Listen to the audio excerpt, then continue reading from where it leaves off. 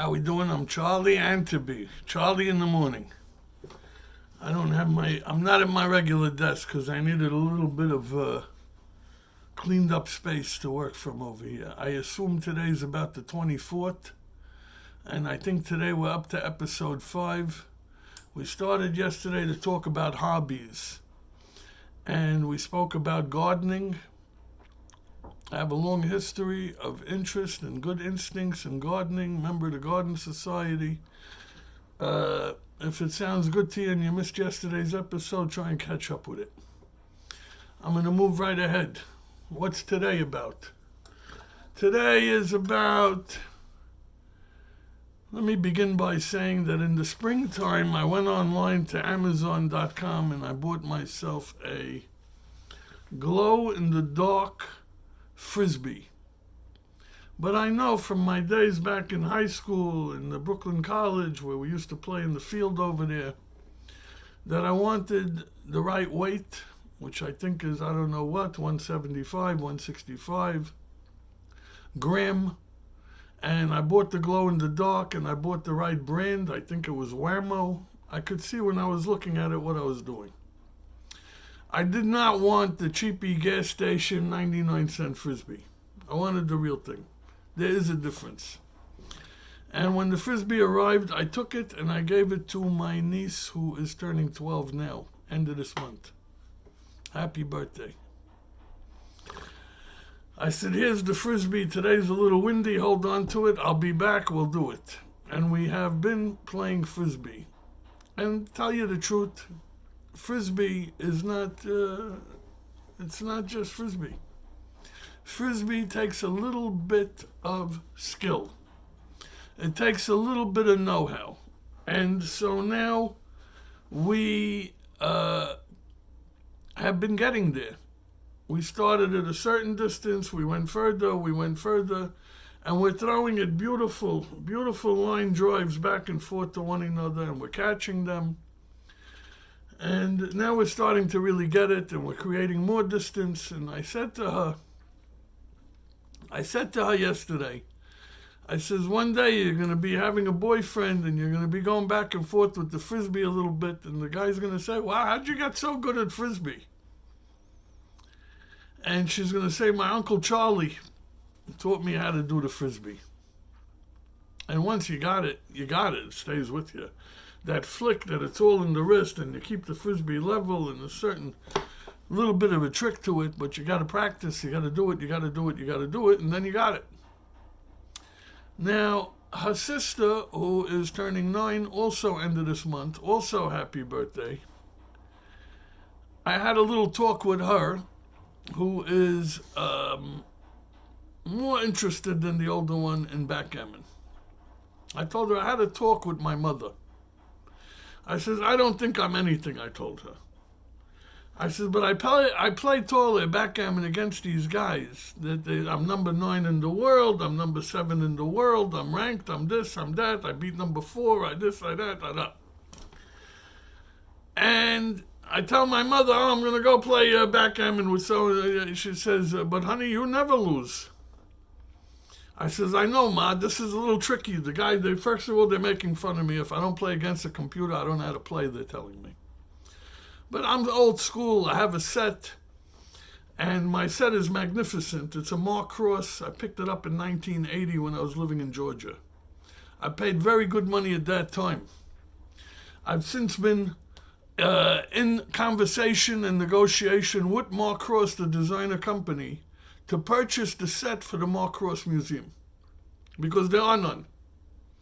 And that set on that day in that store, I bought it and I paid the big money. I paid $500 in 1980. Excuse me, I'll go get the set.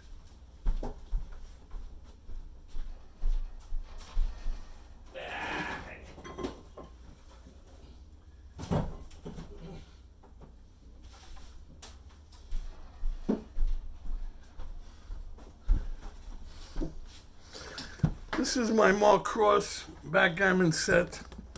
Beautiful leather handle. The trick to this set is the noise. Pay attention carefully. When you open the clasp, scares the hell out of anybody. I've owned this set, like I said, for quite a number of years. This is the piece. At one time, I think my sister tried to take possession of it. Actually went as far as to write her name on the bottom of my Mark Cross set. That is now listed on eBay for $7,200. And I came back into possession of it. I tried to erase her name. And I priced it at $7,200 because I don't want to go. I don't want to go anywhere. I love the set. I love playing on it. It's hard to play on any other set after owning this. It's tournament size. It's got a beautiful tension to it. You could smack the pieces down. You got a nice rolling field. And I said to the kid, I said, you know, I had to talk with my mother. And I told my mother, I'm teaching you how to play backgammon. And my mother said, wow. If she's learning from you, she's going to be an unbelievable player because she's learning from one of the best in the world. And that woke the kid up a little bit. She said, oh, well, I said, I don't say nothing, but I know I play against these people, and I always win, I told her. Always. So we had a fabulous game yesterday. One of those games where you have it trapped in and you had to open and you're already eating. Half your guy had 9 checkers eating. And she got me when I had to open. And then the whole thing ran around and da-da-da-da-da. And at the end of the game, I said, we were down to the last 2 rolls. I says, what has to happen now for you to win? She says, you got to roll a 1. Because if I rolled the 1, I couldn't eat both my guys, and she wins the game. And when she said that, I just wanted to get up and hug her because now she understood the game. She needed that exciting one game yesterday to really grasp it, and now she's got it. Now she could set up the board, and she can play against her friend and teach them how to play by now. And listen, I started very early. My father was probably teaching me backgammon when I was, 5.5 years old. And this ties into the topic of hobbies.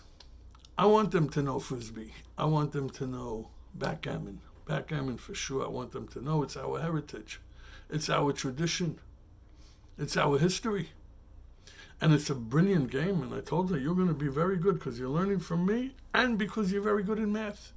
You're a great student. I want to continue and say this. We have to instill in our young people hobbies from the earliest of ages. And if we made a mistake and nobody did that for us, we gotta get into hobbies now. We gotta change. We can't be ruled by the word conformity. Okay? I finally, at the age of 60, 61 now, learned how to make them jedzre. And I have to tell you, I'm loving it. I'm loving it. I'm loving it. I'm frying the onions. I'm cooking the lentils. I'm coming up with pots full of them jedzre, and it's lasting me 2 days, so 3. It's nothing like fresh, but the second day is good. The third day is good. I'm enjoying it. It's a side dish that I've been missing for 60 years, or 40 years since I'm out of my parents' house. Who knew? Who knew I needed to know how to cook so bad? In my day, if you taught your son how to cook, it was like you bought him a Barbie doll. That's what it was like. But that shouldn't have been the case. And the way I'm the best, not the best anything, but the way I'm a very good backgammon player is the way my grandmother, God bless her, made Kib-Bear torpedoes unbelievable, unbelievable. Not machine made, by hand, unbelievable. Sambusak, cheese sambusak especially, but meat sambusak, your head could spin from it. Rasab ajwe, I'll probably never have another one in my life. I don't know how to make that. But I was standing there, sitting with her while we were doing it. She was like babysitting for me. We were across the dinette table. And it would have been almost offensive to my parents for her to teach me how to make the stuff. If I was her granddaughter, no problem, we'll teach you in a second. But me, I just sat there and watched, and we talked about other things. So, we talked about cooking. We talked about tole. We talked about, which is backgammon. We talked about frisbee. We talked about conformity. I just want to say, I don't know what was wrong with the last generation, at least my part of it. We're in excess of 10 minutes, so I'm going to cut it out. My father never used a drill that I ever witnessed. I was never taught how to use a drill. I never used a drill in my whole life. We needed to drill something, we called the guy. I don't think my uncles were any different on both sides. I needed to know. I need to know how to use a drill. And I think a lot of men do know how to use a drill. I don't use a drill. I'm signing off. Shabbat Shalom. Thank you. I'm sorry I went so long, almost 11 minutes. Thank you. And the show is now accepting support from viewers like you. You could send me money. Charlie Anteby, P.O. Box 100, Deal, New Jersey, 07723, until such time that we find another business model to support it.